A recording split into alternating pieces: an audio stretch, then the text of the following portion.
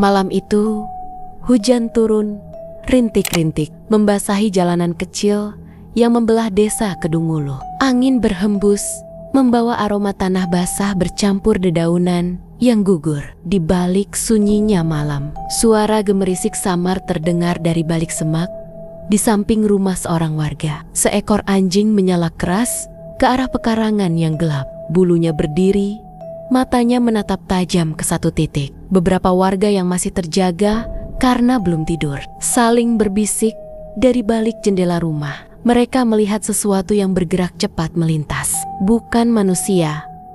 Tubuhnya kecil dengan kepala gundul dan berjalan membungkuk. Sekilas ia tampak seperti anak kecil, namun gerakannya terlalu lincah untuk ukuran manusia biasa. Desa itu sejak beberapa minggu terakhir diguncang kabar aneh. Uang receh di rumah warga sering hilang begitu saja. Awalnya dianggap sepele, namun semakin lama jumlahnya makin banyak. Bahkan ada seorang ibu yang kehilangan uang simpanan, hasil jualan warung yang ia letakkan di bawah bantal. Anehnya, pintu dan jendela rumah selalu dalam keadaan terkunci rapat. Semua kecurigaan itu bermuara pada satu nama, Sarto, seorang pedagang kecil di pasar desa. Dulu hidupnya serba pas-pasan, dagangannya jarang laku dan rumahnya tampak reot. Namun, hanya dalam hitungan bulan, ia tiba-tiba mampu merenovasi rumah menjadi bangunan besar, berdinding bata rapi, dengan cat baru yang mencolok di antara rumah warga lainnya. Ia juga mulai terlihat memakai pakaian bagus, bahkan mampu membeli sepeda motor baru yang harganya jelas tidak sedikit. Warga bertanya-tanya dari mana asal kekayaan mendadaknya. Apalagi sejak rumahnya direnovasi, ia selalu menutup rapat pintu dan jendela menjelang maghrib. Tidak ada satupun tetangga yang boleh masuk setelah malam tiba. Dari situlah gosip berkembang bahwa Sarto telah mengambil jalan pesugihan dan memelihara tuyul untuk mencuri uang warga sekitar. Rasa penasaran dan takut bercampur menjadi satu. Setiap malam, suara langkah kecil kadang terdengar di pekarangan. Pintu rumah bergetar tanpa alasan, dan benda-benda kecil seperti koin jatuh sendiri di lantai. Anak-anak desa mulai takut tidur sendirian. Sementara orang tua, mereka hanya bisa menyalakan lampu minyak sepanjang malam agar tidak diganggu. Makhluk halus. Di tengah semua keresahan itu, ada seorang pemuda bernama Bagus, anak dari keluarga sederhana yang tinggal tidak jauh dari rumah Sarto. Bagus dikenal nekat dan pemberani. Ia merasa tidak terima uang hasil kerja keras. Ibunya ikut raib. Malam itu ia memutuskan untuk berjaga hingga larut, berharap bisa melihat sendiri kebenaran desas-desus yang beredar. Jam menunjukkan pukul 11 malam. Suara jangkrik mendominasi suasana. Bagus duduk di teras rumahnya dengan lampu minyak kecil menyala di sampingnya. Ia menahan kantuk. Matanya terus menatap ke arah rumah Sarta yang berdiri megah di ujung jalan. Rumah itu tampak gelap gulita. Hanya sesekali terlihat bayangan, seolah ada sesuatu bergerak di balik tirai jendela. Tiba-tiba suara berisik terdengar dari arah semak. Anjing tetangga kembali menyala keras. Dari kejauhan Bagus melihat sosok kecil berlari cepat menuju rumah Sarto, membawa sesuatu yang berkilat di tangannya. Jantung Bagus berdegup kencang. Ia tahu, malam itu ia baru saja menyaksikan makhluk yang selama ini hanya jadi buah bibir di desanya. Namun, yang membuat Bagus semakin merinding adalah ketika ia melihat sosok itu berhenti sejenak di bawah cahaya bulan. Tubuhnya memang kecil, kepala gundul mengkilap, matanya menyala merah, dan mulutnya menyeringai seolah tahu sedang diperhatikan. Bagus menahan napas, tubuhnya gemetar, tapi rasa ingin tahu membuatnya tidak bisa beranjak. Apa yang sebenarnya disembunyikan Sarto di balik pintu rumahnya yang selalu tertutup rapat setiap malam? Dan berapa lama lagi desa itu bisa bertahan dari teror makhluk mungil, pencuri rejeki manusia itu? Bagus tidak bisa tidur setelah melihat sosok kecil itu. Matanya terus menatap ke arah rumah Sarto yang kini benar-benar sepi. Hanya ada suara angin malam yang sesekali membuat daun pisang bergesekan. Menambah kesan mencekam, ia baru saja ingin masuk ke dalam rumah ketika tiba terdengar suara koin jatuh di teras. Bagus menoleh cepat.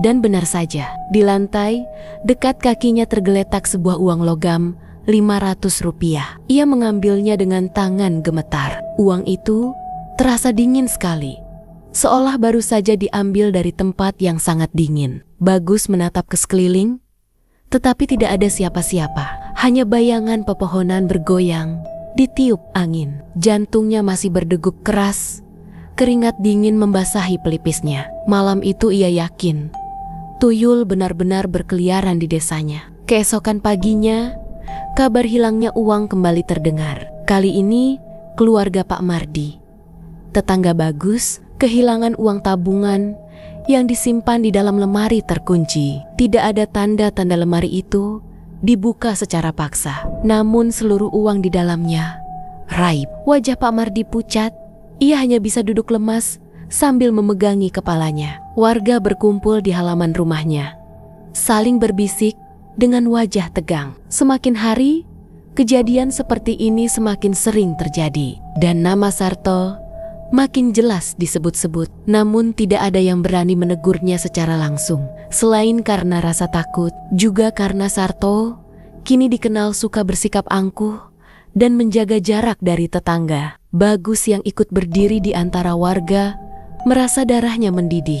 Ia tahu ibunya juga sering mengeluh uang jualan nasi yang disimpan di toples berkurang tanpa jejak. Bagus merasa tidak bisa tinggal diam. Ia mulai mencari cara untuk mengungkap rahasia yang disembunyikan Sarto. Malam berikutnya, Bagus menyiapkan dirinya. Ia membawa sebilah pisau kecil dan segenggam garam, seperti yang pernah ia dengar dari cerita orang tua di desa. Katanya, makhluk gaib seperti tuyul tidak suka dengan garam. Ia bersembunyi di balik pohon mangga dekat rumah Sarto, menunggu dengan sabar. Waktu berjalan lambat. Jarum jam menunjukkan pukul 12 malam ketika Bagus mendengar suara pintu. Rumah Sarto berderit pelan. Dari celah pintu keluar sosok kecil itu lagi. Kali ini ia berjalan pelan, menunduk seolah membawa sesuatu dalam genggamannya. Bagus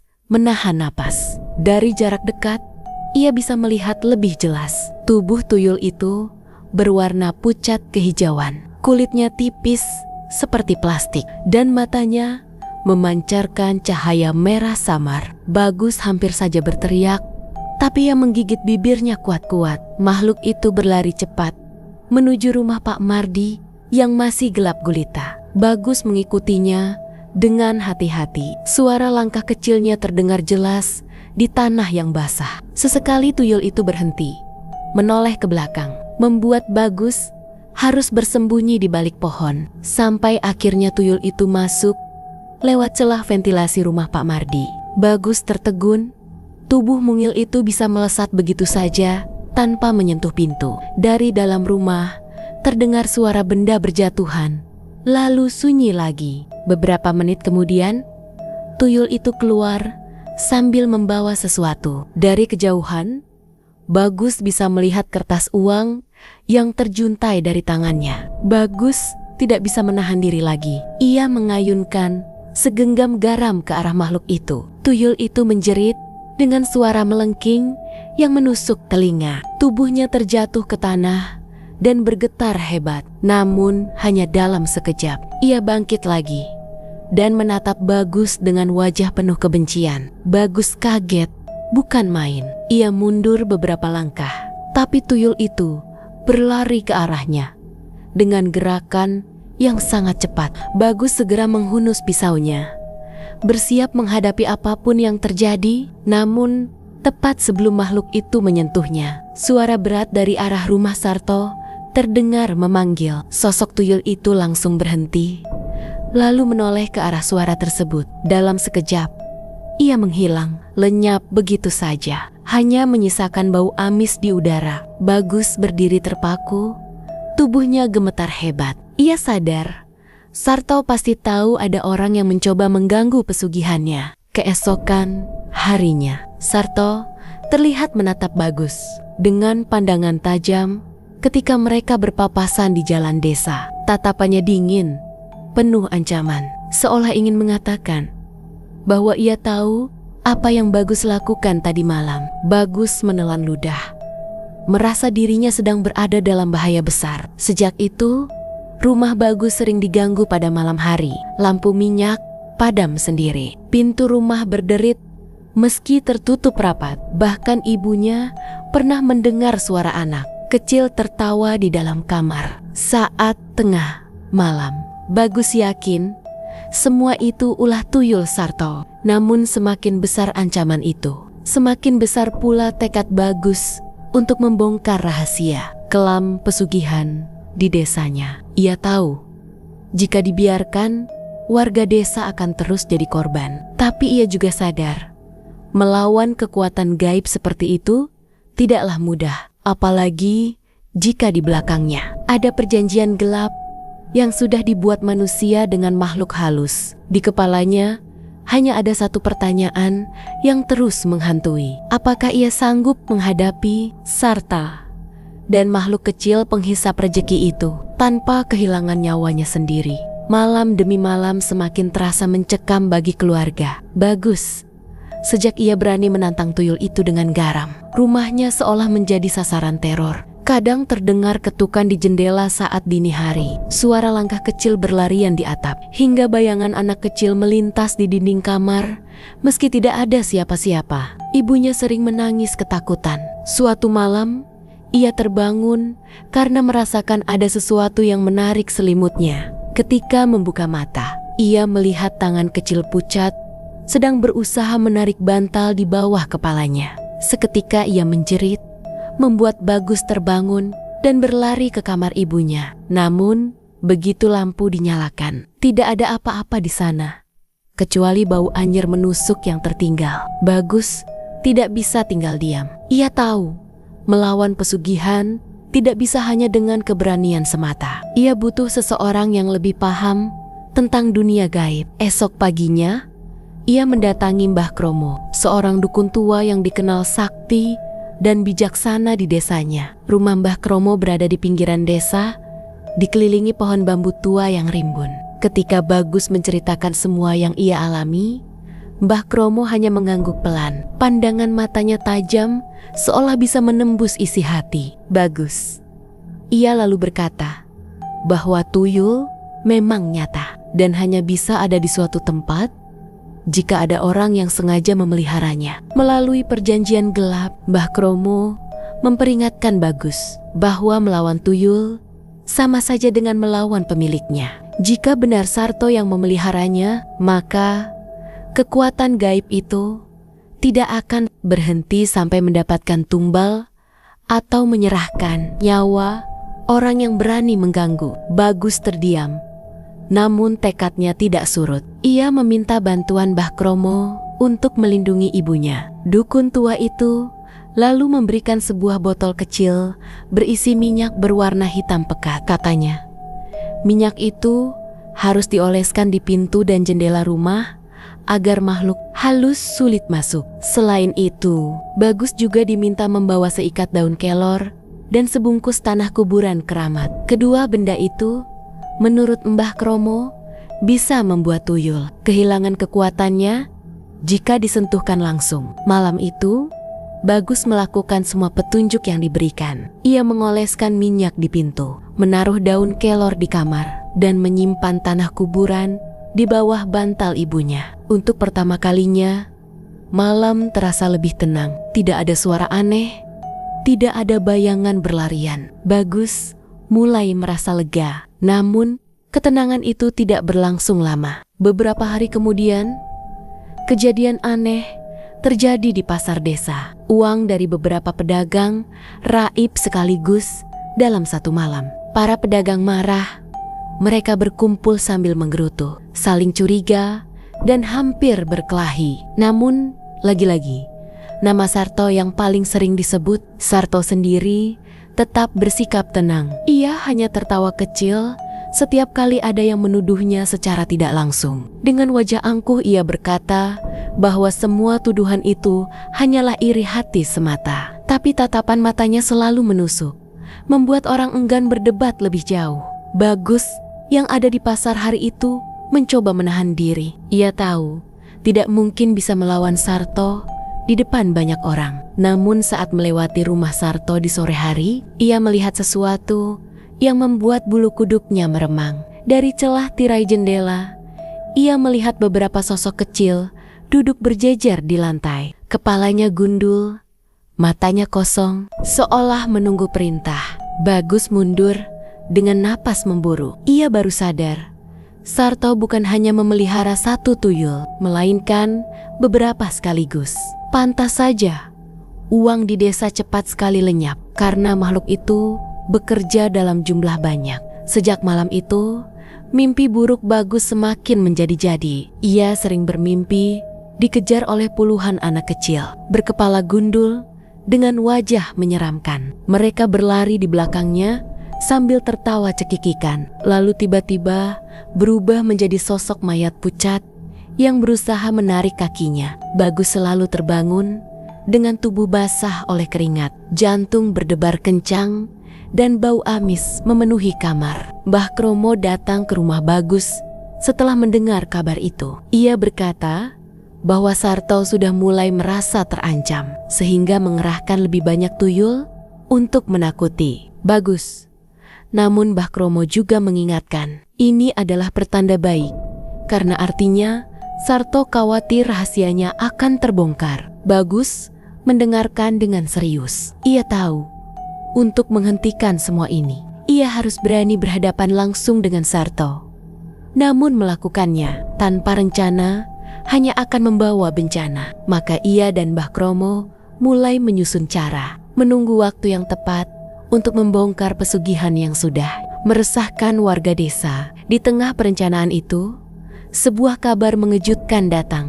Salah satu warga desa ditemukan pingsan di sawah dengan kondisi tubuh penuh lebam, seolah dipukul benda tumpul. Saat sadar, ia mengaku melihat puluhan anak kecil berlari mengelilinginya sebelum ia kehilangan kesadaran. Warga semakin resah, suara bisik-bisik makin keras, dan tatapan curiga terhadap Sarto semakin nyata. Namun anehnya, tidak ada yang benar-benar berani menuduhnya secara langsung. Seolah ada ketakutan tak kasat mata yang membuat semua orang bungkam. Hanya Bagus yang kini berdiri paling depan. Ia berjanji pada dirinya sendiri bahwa rahasia gelap itu harus diungkap, meski nyawanya sendiri jadi taruhannya. Malam itu, ia bersiap untuk melakukan sesuatu yang lebih nekat daripada sebelumnya. Ia berniat menyusup masuk ke rumah Sarto, mencari bukti nyata tentang keberadaan tuyul dan perjanjian pesugihan yang selama ini disembunyikan. Malam itu, bulan tampak redup, tertutup sebagian oleh awan gelap yang bergerak perlahan. Suasana desa begitu sunyi, hanya terdengar sesekali suara burung hantu dari kejauhan. Bagus duduk di dalam kamarnya dengan wajah gelisah. Pisau kecil, daun kelor, dan botol minyak hitam pemberian Mbah Kromo sudah ia siapkan dalam tas kecil yang disampirkan di bahunya. Ia tahu apa yang hendak ia lakukan malam itu sangat berbahaya. Namun pikirannya sudah bulat. Tidak mungkin ia terus membiarkan warga desa menjadi korban. Ia harus mencari bukti nyata yang bisa membuka mata semua orang tentang siapa sebenarnya Sarto dan apa yang disembunyikannya. Sekitar pukul 11 malam, Bagus keluar dari rumahnya dengan langkah hati-hati. Ia berpamitan pada ibunya dengan alasan hendak membantu. Mbah Kromo, sang ibu, hanya mengangguk pasrah, meski wajahnya jelas menunjukkan kekhawatiran. Rumah Sarto tampak gelap gulita seperti biasa. Pintu dan jendelanya tertutup rapat, seolah tidak ada kehidupan di dalamnya. Namun dari jarak tertentu, Bagus bisa merasakan hawa dingin menusuk yang keluar dari arah rumah itu. Angin seolah membawa bisikan samar-samar yang tidak ia pahami. Bagus berjongkok di balik semak dekat pagar bambu rumah Sarto. Ia memperhatikan sekitar, memastikan Tidak ada yang melihat. Setelah merasa aman, ia perlahan merayap mendekat, mencari celah untuk bisa masuk. Tiba-tiba, suara seperti anak kecil berlari-lari terdengar dari dalam rumah. Bagus menahan napas. Tubuhnya merinding. Ia tahu ia sedang berada di dekat sesuatu yang tidak seharusnya dilihat manusia biasa. Namun tekadnya membuat kakinya tetap melangkah maju. Di bagian samping rumah, ia menemukan sebuah jendela kecil yang tidak terkunci. Dengan hati-hati ia mendorongnya, lalu menyelinap masuk ke dalam. Udara di dalam rumah langsung menusuk kulit. Dinginnya tidak wajar, seperti berada di ruang terbuka pada tengah malam. Bagus meraba jalan di dalam kegelapan. Bau amis bercampur kemenyan tercium kuat, membuat perutnya mual. Ia berjalan pelan, hingga akhirnya sampai di sebuah ruangan yang pintunya sedikit terbuka. Dari dalam ruangan itu terlihat cahaya redup seperti nyala lilin. Bagus mengintip perlahan. Apa yang ia lihat membuat tubuhnya kaku. Di dalam ruangan itu, belasan sosok kecil berkepala gundul duduk berjejer melingkar. Tubuh mereka pucat, matanya kosong, dan tangan kecilnya memegang koin-koin yang berkilat di bawah cahaya lilin. Di tengah lingkaran itu berdiri Sarto. Wajahnya tampak berbeda, lebih menyeramkan dari biasanya. Ia mengenakan kain hitam, matanya sayu, bibirnya komat kamit membaca mantra. Sesekali ia menaburkan sesuatu ke tengah lingkaran. Lalu sosok-sosok kecil itu menunduk serempak, seperti sedang menerima perintah. Bagus nyaris menjerit, tapi ia buru-buru menutup mulutnya dengan tangan. Jantungnya berdetak begitu kencang. Keringat dingin mengalir di punggungnya. Ia baru sadar, dugaan warga desa selama ini benar adanya. Sarto benar-benar memelihara tuyul. Ketika Sarto membungkuk untuk menaruh sesajen, Bagus melihat sesuatu yang lebih mengerikan. Di lantai terhampar sebuah kain merah dengan simbol-simbol aneh yang digambar menggunakan darah. Di atas kain itu terletak sebuah botol kecil berisi cairan hitam, sama persis dengan minyak yang diberikan Mbah Kromo. Bedanya, botol itu tampak lebih besar dan memancarkan aura yang menakutkan. Tiba-tiba salah satu tuyul menoleh ke arah jendela tempat Bagus mengintip. Mata merahnya bersinar tajam, menembus kegelapan. Bagus panik. Ia segera bersembunyi, menahan napas sekuat tenaga. Dari dalam ruangan terdengar suara cekikikan kecil, lalu suasana kembali hening. Bagus tahu ia tidak bisa berlama-lama di sana. Dengan hati-hati ia mundur, berusaha keluar lewat jendela tadi. Namun ketika ia baru saja melangkah, sebuah suara berat memanggil. Siapa yang ada di sana? Suara Sarto menggema, diikuti oleh suara langkah cepat. Bagus buru-buru melompat keluar jendela, jatuh terguling di tanah, lalu berlari sekencang mungkin menjauhi rumah itu. Di belakangnya terdengar suara tawa melengking dan suara langkah kecil berlarian mengejarnya. Bagus berlari tanpa menoleh. Nafasnya tersengal-sengal, jantungnya hampir meledak. Ia baru berhenti ketika sampai di rumah Mbah Kromo. Dengan wajah pucat, ia menceritakan semua yang dilihatnya. Mbah Kromo mendengarkan dengan wajah serius. Ia menghela napas panjang, lalu berkata, "Sekarang kamu sudah melihat sendiri. Bagus, Sarto tidak lagi manusia biasa. Ia sudah menyerahkan dirinya pada perjanjian gelap. Melawannya butuh keberanian, tapi juga butuh ritual khusus. Jika kamu siap, kita akan segera menghadapinya." Bagus mengangguk, meski wajahnya masih ketakutan. Dalam hatinya, ia tahu ia sudah terlalu jauh untuk mundur. Malam itu, ia berjanji pada dirinya sendiri.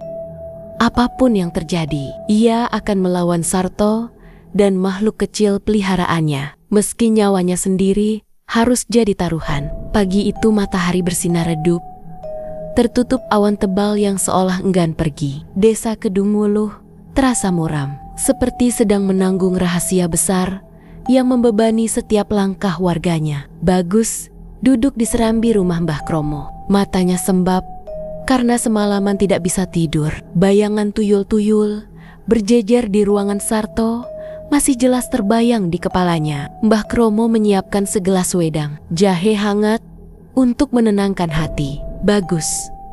Setelah beberapa saat, ia mulai berbicara dengan suara pelan namun tegas. Bagus, apa yang kamu lihat semalam bukan hal biasa. Itu bukti nyata bahwa Sarto telah mengikat perjanjian dengan makhluk gaib. Tuyul-tuyul itu hanyalah perantara, tapi ada kekuatan lebih besar yang memberi mereka kehidupan. Bagus mengangguk pelan, tangannya mengepal. Ia ingin sekali menceritakan semua ini kepada warga desa, tapi ia tahu tanpa bukti kuat, mereka tidak akan percaya. Bahkan mungkin ia justru dianggap fitnah. Lalu apa yang harus kita lakukan? Mbah tanya, Bagus dengan nada putus asa. Mbah Kromo mengeluarkan sebuah kotak kayu tua dari dalam lemari. Kotak itu berukir simbol kuno yang sudah pudar dimakan waktu. Dengan hati-hati ia membuka kotak itu, memperlihatkan beberapa benda di dalamnya. Ada keris kecil berbalut kain putih, beberapa daun kelor kering, segenggam garam kasar, dan seutas tali anyaman janur kuning. Semua ini adalah sarana untuk melawan kekuatan gaib. Tapi ingat, Bagus, benda-benda ini hanya akan berguna jika hatimu bersih dan tekadmu kuat. Jika ragu, mereka tidak akan menolongmu, bahkan bisa berbalik mencelakakanmu, ujar Mbah Kromo dengan sorot mata tajam. Bagus menelan ludah, namun ia mengangguk. Aku sudah siap, Mbah. Aku tidak mau desaku terus dihantui. Mbah Kromo tersenyum tipis, lalu melanjutkan, malam Jumat Kliwon, 3 hari lagi. Itulah waktu paling tepat untuk memutus perjanjian hitam. Pada malam itu, kita harus masuk ke rumah Sarto dan menghancurkan pusat kekuatan yang ia sembunyikan. Tanpa itu, tuyul-tuyulnya tidak akan lenyap. Bagus mengangguk mantap. 3 hari terasa seperti 3 tahun baginya. Setiap malam ia masih merasakan gangguan aneh di rumah. Kadang terdengar suara anak kecil berlari di atap. Kadang benda-benda jatuh tanpa alasan. Bahkan ibunya pernah mendapati bekas telapak kaki kecil berlumur lumpur di lantai dapur saat pagi hari. Warga desa juga semakin resah. Uang hilang terjadi hampir setiap malam. Bahkan ada seorang pedagang pasar yang jatuh sakit mendadak. Tubuhnya lemas, seolah kehabisan tenaga. Dokter desa tidak menemukan penyakit apapun. Orang-orang mulai yakin bahwa ini ada hubungannya dengan makhluk halus. Namun anehnya, setiap kali Sarto lewat di jalan desa dengan motornya yang baru, tidak ada satupun yang berani mengucapkan tuduhan. Mereka hanya menunduk, berpura-pura sibuk. Aura Sarto semakin menyeramkan. Wajahnya pucat, matanya cekung, namun selalu ada senyum sinis yang menghiasi bibirnya. Bagus merasa dadanya semakin sesak melihat semua itu. Ia ingin berteriak, ingin membongkar semua rahasia, tapi ia harus menunggu. Mbah Kromo sudah mengingatkan, melakukan serangan sebelum waktunya hanya akan berakhir dengan kegagalan. Hari-hari menuju malam Jumat Kliwon menjadi ujian kesabaran. Bagus menghabiskan waktunya membantu Mbah Kromo menyiapkan sesajen, mantra, dan benda-benda keramat. Mereka berpuasa, berdoa, dan menghindari perkataan kotor. Semua itu untuk memperkuat batin sebelum menghadapi pertarungan gaib yang sebenarnya. Malam terakhir sebelum hari yang ditentukan, Bagus bermimpi aneh.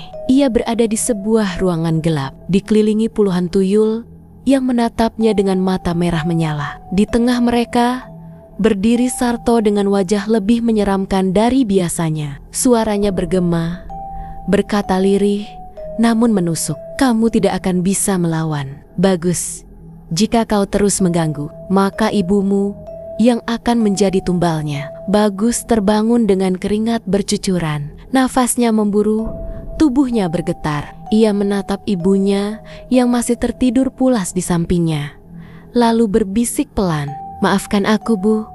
Aku harus melawan. Apapun yang terjadi, hari itu terasa begitu panjang. Setiap menit seolah berjalan lambat. Hingga akhirnya matahari terbenam dan suara azan maghrib berkumandang dari surau desa. Bagus bersiap, mengenakan pakaian serba hitam, membawa keris kecil dan janur kuning di pinggangnya. Mbah Kromo menemuinya dengan wajah serius. Malam ini, Bagus, jangan ada keraguan. Jika kau takut, maka makhluk itu akan lebih kuat darimu. Bagus mengangguk, meski jantungnya berdegup begitu keras. Ia tahu, malam itu akan menentukan segalanya. Entah ia berhasil mengakhiri teror, atau justru menjadi korban berikutnya dari perjanjian gelap yang menguasai desanya. Langkah mereka mulai mengarah ke rumah Sarto.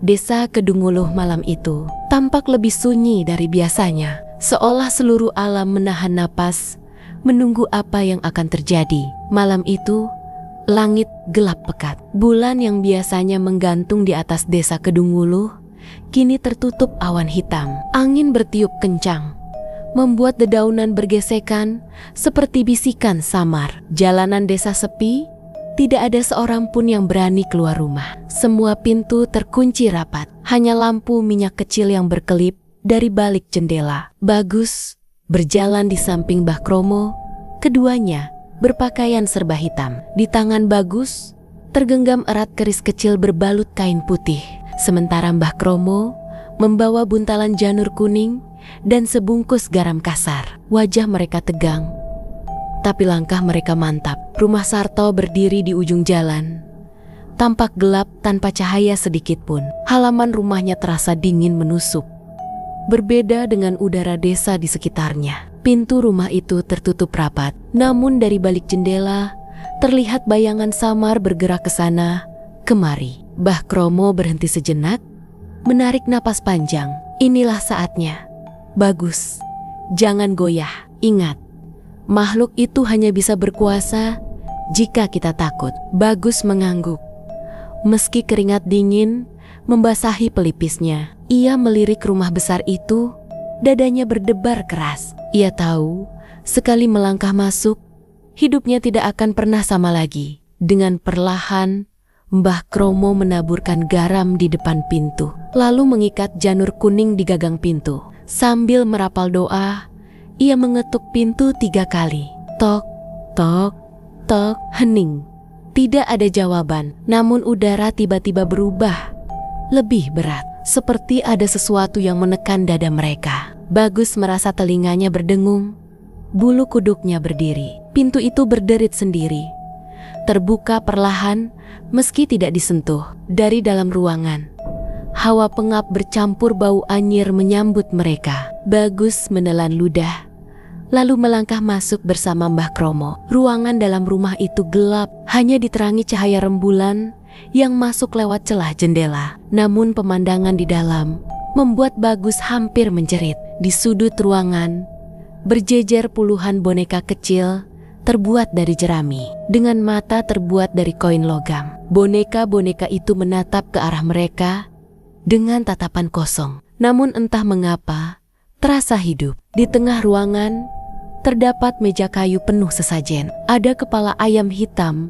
kemenyan yang masih menyala, dan mangkuk berisi darah segar. Aroma menyengat memenuhi udara. Tiba-tiba terdengar suara tawa kecil, lirih tapi jelas. Dari balik kegelapan, sosok-sosok kecil berlarian. Tuyul-tuyul itu muncul satu persatu. Tubuh mungil mereka bergerak lincah. Mata merahnya menyorot tajam ke arah Bagus dan Mbah Kromo. Jumlah mereka semakin banyak, memenuhi ruangan. Bagus menggenggam keris lebih erat. Tangannya bergetar. Ia bisa merasakan hawa dingin menusuk kulitnya setiap kali. Salah satu tuyul itu mendekat. "Jangan takut, Bagus," bisik Mbah Kromo sambil merapal doa. "Taburkan garam jika mereka mendekat terlalu jauh." Bagus mengangguk, lalu mengambil segenggam garam dari buntalan. Saat salah satu tuyul melompat ke arahnya, ia segera menaburkan garam itu. Makhluk kecil itu menjerit melengking, tubuhnya berasap, lalu lenyap seketika. Namun, jumlah mereka terlalu banyak. Semakin banyak yang muncul, semakin besar pula rasa takut yang menyerang. Bagus merasakan kakinya lemas. Namun, tatapan tajam Mbah Kromo memberinya kekuatan. Tiba-tiba terdengar suara langkah berat dari dalam ruangan terdalam rumah itu. Suara pintu terbuka dan muncullah Sarto. Namun kali ini wajahnya berbeda. Matanya cekung dalam, kulitnya pucat kebiruan, dan senyum lebar menyeringai di wajahnya. "Selamat datang, Bagus, Mbah Kromo. Kalian berani sekali masuk ke rumahku malam ini," ucapnya dengan suara serak namun penuh ejekan. Bagus menahan amarah. Ia ingin sekali menyerang, namun Mbah Kromo menahannya dengan tangan. "Biarkan dia bicara dulu," bisik Mbah Kromo. Sarto melangkah maju, dikelilingi oleh tuyul yang kini duduk di lantai, seperti anak-anak kecil yang sedang menunggu perintah. Tangannya menggenggam sebuah kendi tanah liat berukir aneh. Dari kendi itu keluar cahaya redup kehijauan, dan setiap kali cahaya itu berdenyut, tubuh para tuyul tampak semakin nyata. Inilah sumber kekuatan mereka. "Bagus," bisik Mbah Kromo cepat. "Kita harus menghancurkannya." Bagus mengangguk. Meski dadanya berdegup kencang, ia menatap kendi itu dengan penuh kebencian. Semua penderitaan desa berasal dari benda itu. Namun Sarto seolah tahu niat mereka. "Jangan harap bisa menghancurkan kendi ini," teriaknya. "Ini adalah pengikat jiwaku, sumber kekayaanku. Siapapun yang menyentuhnya tanpa izin akan menjadi tumbal." Bagus dan Mbah Kromo saling berpandangan. Mereka tahu pertarungan sebenarnya baru saja dimulai. Suasana di dalam rumah semakin mencekam. Kemenyan di atas meja terbakar makin pekat. Asapnya menebal hingga memenuhi ruangan. Tuyul-tuyul mulai bergerak lagi. Kali ini dengan geraman rendah seperti hewan buas. Mbah Kromo segera merapal doa lebih keras. Tangannya menaburkan garam ke segala arah. Bagus menggenggam keris, bersiap menghadapi serangan. Malam itu, rumah Sarto bukan lagi sekadar bangunan, melainkan medan pertempuran antara manusia dan kekuatan gaib. Dan di tengah kegelapan yang semakin pekat, hanya keberanian dan iman yang bisa menentukan siapa yang akan bertahan hidup. Asap kemenyan semakin pekat, membuat ruangan rumah itu seakan berubah menjadi lorong gaib. Cahaya dari kendi tanah liat di tangan Sarto berdenyut semakin kuat, memancarkan warna hijau yang menyeramkan. Suara bisikan aneh terdengar di telinga Bagus, seperti suara ribuan orang berdesis bersamaan. Tuyul-tuyul itu kini tidak lagi hanya berdiri. Mereka mulai menyerang. Tubuh kecil mereka berlari cepat ke arah Bagus dan Mbah Kromo. Bagus menghunus kerisnya, menebas satu persatu makhluk kecil itu. Setiap kali keris berbalut doa menyentuh tubuh tuyul, terdengar jeritan melengking yang menusuk telinga. Namun jumlah mereka tidak berkurang. Justru semakin banyak. Dari dinding, dari lantai, bahkan dari langit-langit, makhluk mungil berkepala gundul itu bermunculan. Bagus mulai terdesak. Keringat dingin mengucur di wajahnya. Mbah Kromo berdiri tegak di sampingnya. Suaranya lantang merapal doa. Dengan tangan gemetar, ia menaburkan garam ke sekeliling mereka, membentuk lingkaran pelindung. Tuyul-tuyul yang mencoba masuk lingkaran itu menjerit dan terbakar. Namun lingkaran itu mulai menyempit seiring banyaknya makhluk yang menyerang. Sarto tertawa keras. Suaranya bergema, bercampur dengan jeritan tuyul yang terbakar. "Kalian pikir bisa melawanku dengan doa dan garam rendahan itu? Kekuatan yang kubawa bukan sekadar dari tuyul, tapi dari perjanjian darah yang kutandatangani sendiri." Bagus menatapnya penuh amarah. "Kau sudah membuat desa ini menderita. Semua orang kehilangan rezeki mereka karena ambisi gilamu." Sarto hanya menyeringai. "Mereka kehilangan recehan, aku mendapatkan kekayaan. Itu harga yang pantas, bukan? Dunia ini milik mereka yang berani mengambil kesempatan." Tiba-tiba, tubuh Sarto berubah. Kulitnya tampak retak-retak. Urat-urat hitam muncul di leher dan lengannya. Matanya yang tadinya merah, kini memancarkan cahaya hijau. Sama dengan warna dari kendi yang ia pegang. Mbah Kromo berbisik cepat ke telinga Bagus. Kendi itu pusat kekuatannya. Jika kita hancurkan, semua ini akan berakhir. Tapi ingat, siapapun yang menyentuhnya akan dituntut tumbal. Bagus menggenggam kerisnya semakin erat. Ia tahu risikonya. Tapi tidak ada pilihan lain. Tuyul-tuyul kembali menyerang. Bagus berlari menerobos lingkaran garam, menebas makhluk-makhluk itu sambil berteriak keras. Tubuh mungil mereka beterbangan, menghilang menjadi asap hitam. Sarto meraung marah, berusaha melindungi kendi di tangannya. Namun Bagus semakin dekat. Hatinya hanya terfokus pada satu tujuan. Saat jarak tinggal beberapa langkah, tiba-tiba bayangan besar muncul di belakang. Sarto. Bayangan itu tidak berbentuk jelas, hanya berupa sosok raksasa hitam dengan mata merah membara. Suaranya menggelegar, seperti ribuan suara menyatu. Siapa yang berani mengganggu perjanjianku? Bagus terhenti. Tubuhnya gemetar hebat, nafasnya tersengal, seolah paru-parunya diremas oleh kekuatan gaib itu. Mbah Kromo berdiri di belakangnya. Suaranya lantang meski bergetar. Aku, Kromo dari desa Kedungulu. Perjanjianmu tidak sah karena kau menindas manusia lain untuk kekayaan seorang diri. Atas nama leluhur, aku menolak keberadaanmu di tanah ini. Bayangan itu meraung marah. Ruangan bergetar, dinding rumah retak, lampu minyak pecah, dan suara kaca berderai memenuhi udara. Tuyul-tuyul melolong serentak, membuat suasana semakin kacau. Bagus menatap kendi yang masih berada di tangan Sarto. Ia tahu, hanya itu kunci segalanya. Dengan sekuat tenaga, ia mengangkat kerisnya, lalu berlari menerobos bayangan hitam yang menghadang. Tubuhnya seolah terbakar. Namun, ia terus berlari. Sarto berteriak. Wajahnya berubah panik. Jangan, jika kendi ini hancur, aku juga yang hancur. Namun Bagus tidak peduli. Dengan satu ayunan keras, kerisnya menebas kendi tanah liat itu. Dentuman keras terdengar. Cahaya hijau meledak, menyilaukan seluruh ruangan. Jeritan tuyul, raungan bayangan raksasa, dan suara Sarto bercampur menjadi satu, mengguncang telinga hingga Bagus hampir kehilangan kesadaran. Tubuhnya terlempar keras ke dinding, darah mengalir dari sudut bibirnya. Ia nyaris pingsan.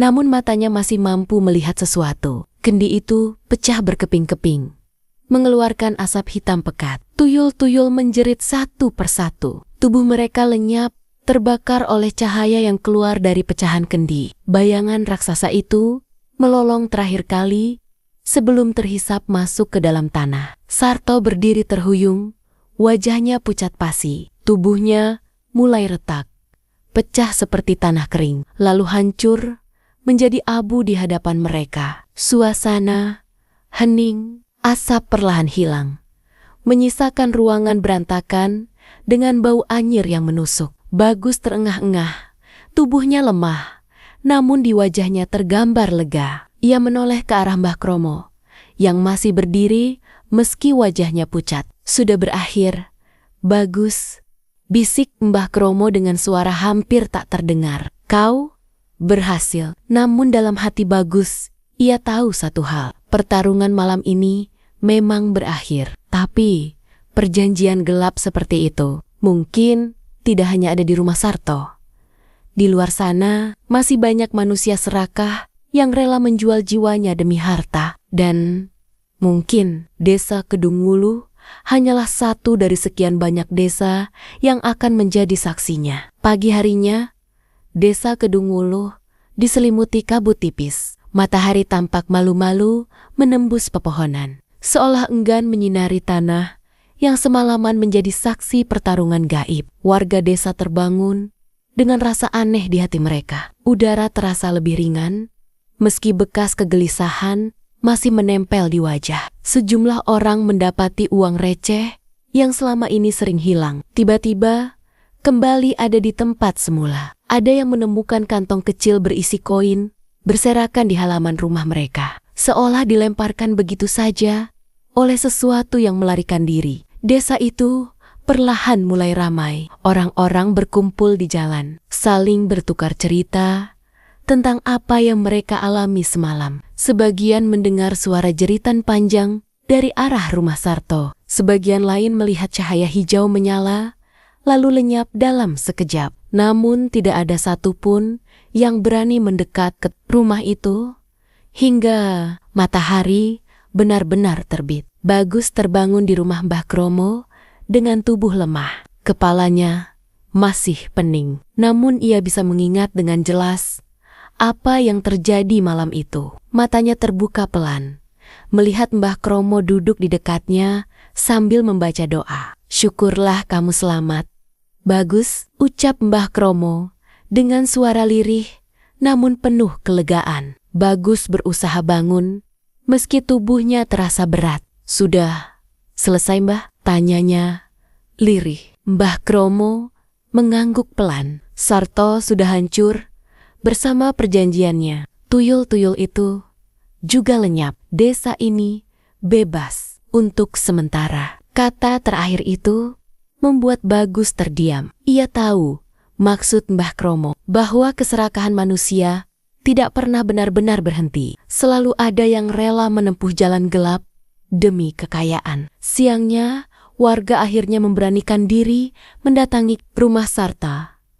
Yang mereka temukan hanyalah puing berantakan, meja sesajen terbalik, dinding penuh retakan, dan pecahan kendi berserakan di lantai.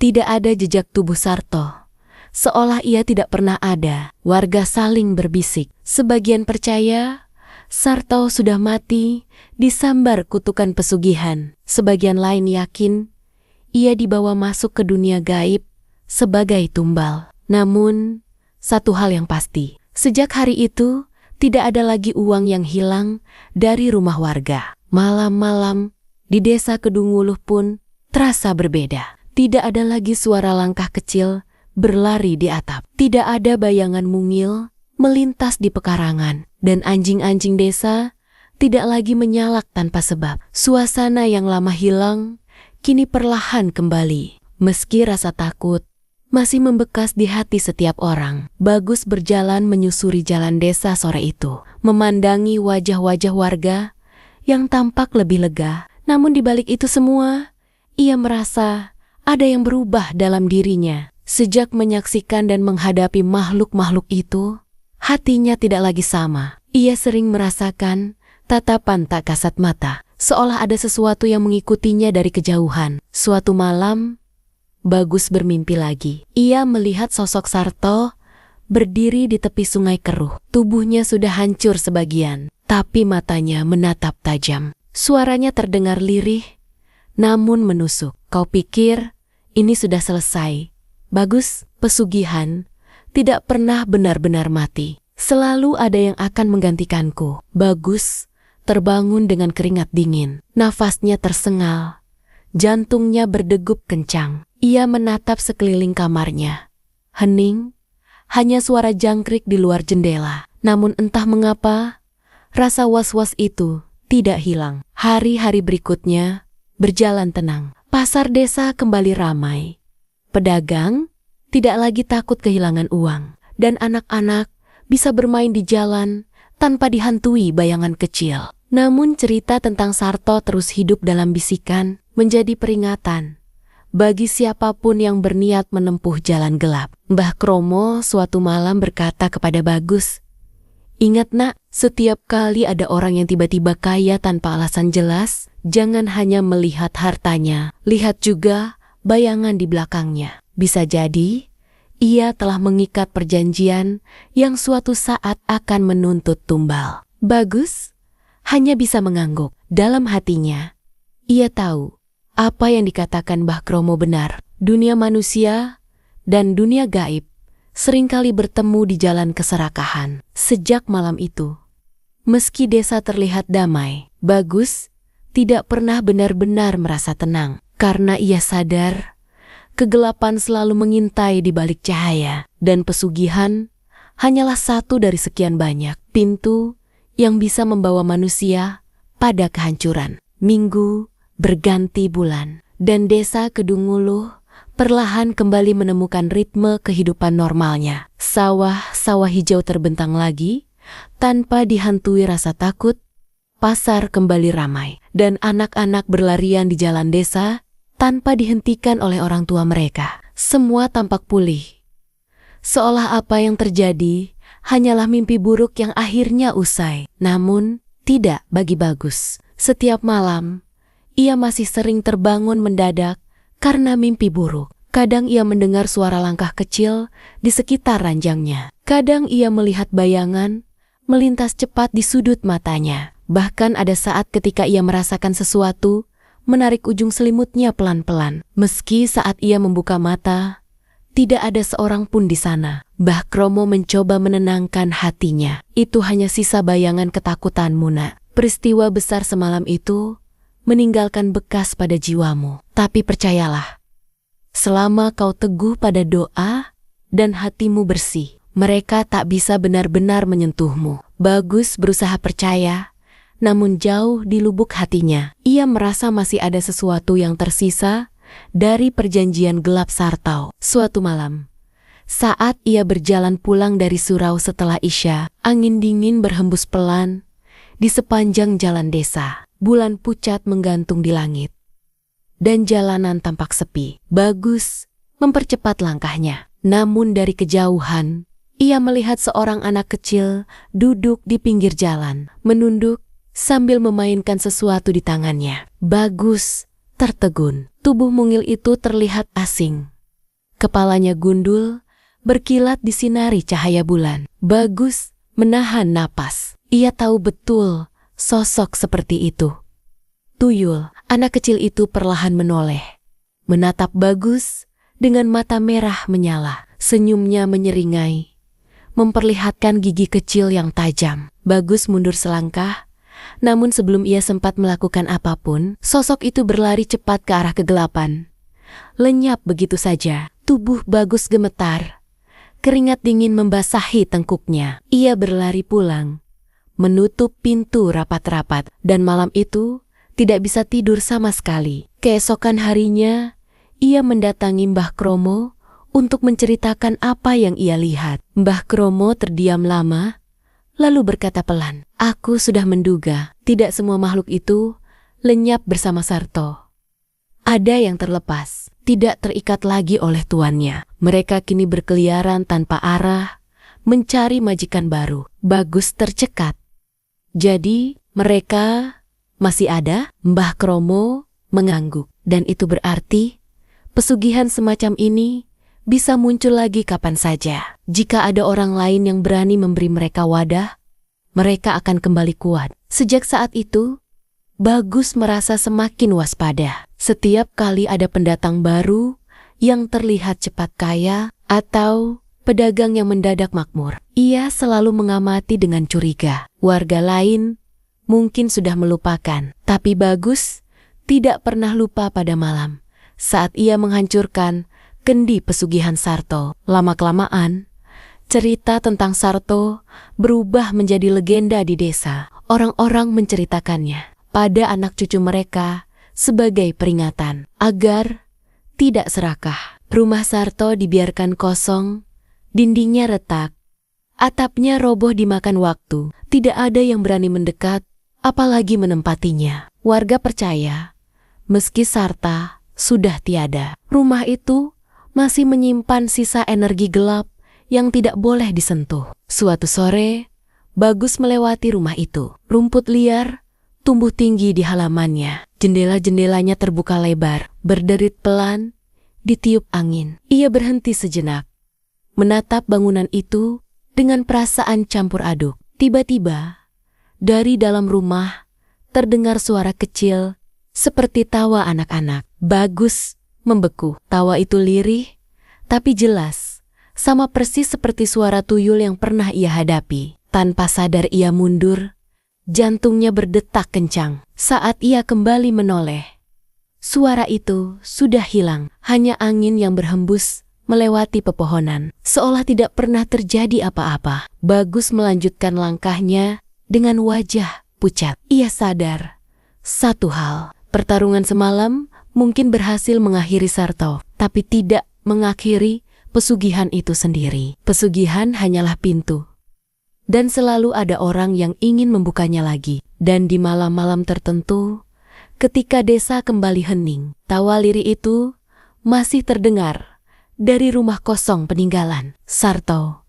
Sebuah tanda bahwa bayangan kelam masih mengintai, menunggu manusia lain yang cukup serakah untuk memanggilnya kembali. Tahun demi tahun berlalu. Desa Kedungulu seakan menua bersama cerita gelap yang diwariskan dari generasi ke generasi. Bagi sebagian anak muda, kisah tentang Sarto hanyalah dongeng lama yang diceritakan orang tua mereka agar tidak tergoda pada jalan pintas. Namun bagi Bagus, itu bukan sekadar cerita. Itu adalah kenyataan yang pernah ia hadapi. Kenyataan yang terus membekas di benaknya hingga ia dewasa. Bagus kini sudah menikah dan memiliki 2 anak. Ia hidup sederhana, bekerja sebagai petani seperti ayahnya dahulu. Setiap malam ia mendidik anak-anaknya untuk rajin berdoa agar kelak tidak tergoda oleh godaan setan dalam bentuk apapun. Ia tahu benar, kekayaan yang didapat dengan cara kotor hanya akan membawa celaka. Namun kehidupan tenang itu kembali terguncang ketika suatu malam anaknya yang bungsu, Rani, terbangun ketakutan. Ayah, ada anak kecil botak di luar jendela. Dia senyum ke Rani. Bagus terdiam. Darahnya serasa berhenti mengalir. Ia segera berlari ke jendela dan menyingkap tirai. Namun di luar hanya ada pekarangan gelap, diterangi rembulan pucat. Tidak ada siapa-siapa. Sejak malam itu, Rani sering mengigau. Ia kadang berbicara sendiri, seolah sedang bermain dengan teman yang tidak terlihat. Bagus semakin khawatir. Ia teringat ucapan Mbah Kromo bertahun-tahun lalu bahwa tidak semua makhluk pesugihan musnah bersama Sarto. Ada yang tetap gentayangan, mencari wadah baru untuk bersemayam. Bagus mendatangi rumah Mbah Kromo. Namun yang ditemuinya hanyalah gubuk kosong. Sang dukun tua sudah lama meninggal, meninggalkan warisan doa dan nasihat yang masih melekat di hati warga. Bagus berdiri di depan rumah itu dengan perasaan hampa. Kini, ia harus menghadapi semua ini sendirian. Malam demi malam, gangguan semakin menjadi. Terkadang Bagus mendapati uang receh berceceran di lantai rumahnya. Padahal ia yakin tidak pernah meletakkannya di sana. Kadang terdengar suara langkah kecil berlari di atap rumah, lalu disusul tawa lirih seperti suara anak kecil. Istrinya pun mulai resah. Apakah ini artinya tuyul Sarto kembali? Tanya istrinya dengan wajah pucat. Bagus tidak menjawab. Ia hanya menggenggam erat tangan istrinya dan memeluk anak-anaknya. Dalam hatinya ia tahu, apapun yang terjadi, ia tidak boleh membiarkan keluarganya menjadi korban perjanjian kotor yang dulu pernah menelan Sarto. Pada suatu malam, saat semua orang tertidur, Bagus terbangun mendadak. Udara di kamarnya sangat dingin, seperti sedang berada di dalam gua. Ia membuka mata dan melihat Rani berdiri di depan pintu kamar, menatapnya dengan mata kosong. Di samping Rani berdiri sosok kecil botak, tubuhnya pucat, matanya merah menyala. Tuyul itu menggenggam tangan Rani erat-erat, seolah telah menemukan tuan baru. Bagus terkejut dan langsung bangkit dari ranjang. Namun sebelum ia sempat mendekat, tuyul itu menyeringai, lalu lenyap bersama Rani ke dalam kegelapan malam. Suara jeritan Bagus membangunkan seluruh rumah. Mereka mencari kemana-mana, namun Rani tidak pernah ditemukan lagi. Sejak saat itu, kisah di desa Kedungulu kembali berubah. Orang-orang berbisik-bisik. Ada yang bersumpah pernah melihat sosok anak kecil botak berlari di pematang sawah sambil tertawa. Ada pula yang mengaku mendengar tangisan anak kecil di dekat rumah kosong peninggalan Sarto. Rumah Bagus kini sepi, meski ia masih tinggal di sana. Wajahnya selalu muram, matanya kosong, seolah separuh jiwanya hilang bersama putri kecilnya yang tidak pernah kembali. Legenda pesugihan tuyul di Banyumas tidak pernah benar-benar berakhir. Ia hanya berganti wajah, berganti korban, menunggu manusia lain yang cukup serakah atau cukup lemah untuk membuka pintu yang seharusnya tertutup selamanya. Dan di malam-malam, ketika bulan bulat sempurna